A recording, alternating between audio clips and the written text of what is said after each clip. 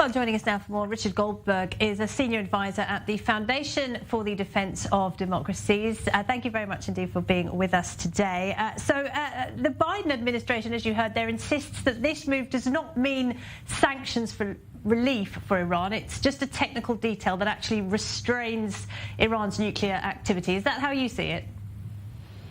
Well, no, it's not a technical detail. It's the fundamental strategy of where we are heading. These sanctions are not economic in nature, they're strategic in nature. They are saying to the regime, we will allow you to keep the Fordo underground enrichment facility intact. We will allow you to keep the Iraq heavy water reactor. We will recognize and return to this position of allowing you to enrich uranium on your own soil and keep a robust enrichment capability, which means they can always threaten us with these capabilities at any time in the future. And the real big problem here is that, remember, we found a nuclear archive back in 2018.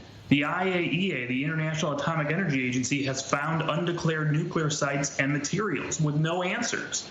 So we are going ahead prematurely and granting Iran legitimacy for the so-called civilian nuclear program while we have no answers on what they're hiding.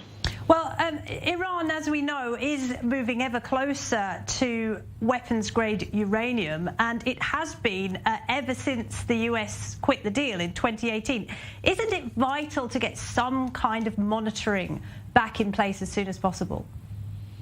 Well, let's remember that the vast majority of these escalations did not occur under the Trump administration. They've occurred over the last year under the Biden administration's policy of maximum concessions, not maximum pressure. And also, let's recall that during the JCPOA, we had 3 years of these waivers being in place. They never changed the Iraq heavy water reactor. They kept the Fordo facility ready for a day like today to be able to extort the world with their enrichment. They kept advancing all their centrifuge technology to be able to use today. So let's not pretend that this is actually any sort of safety valve for the international community.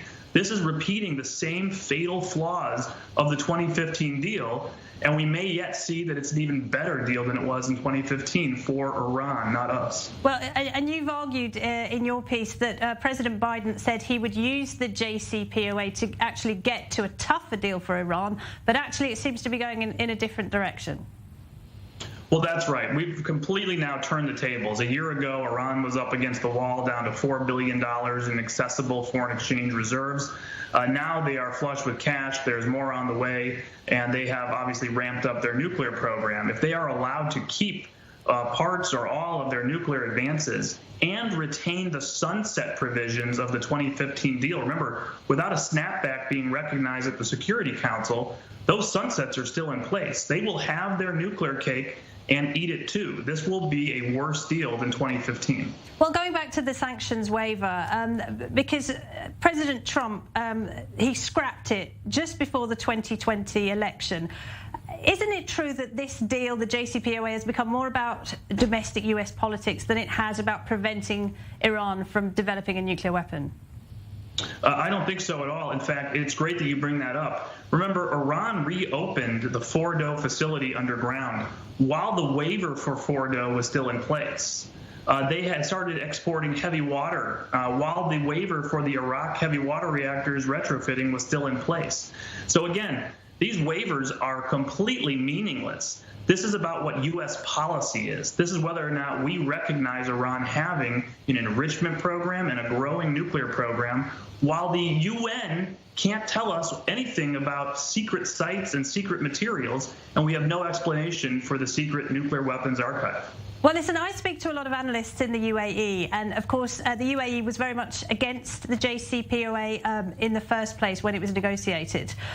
Now, though, they are saying that the maximum pressure campaign on the regime just didn't work, and it was in place for several years. It didn't work, and people in Israel and people in the UAE are most at risk from an Iranian nuclear weapon. What do you say to that?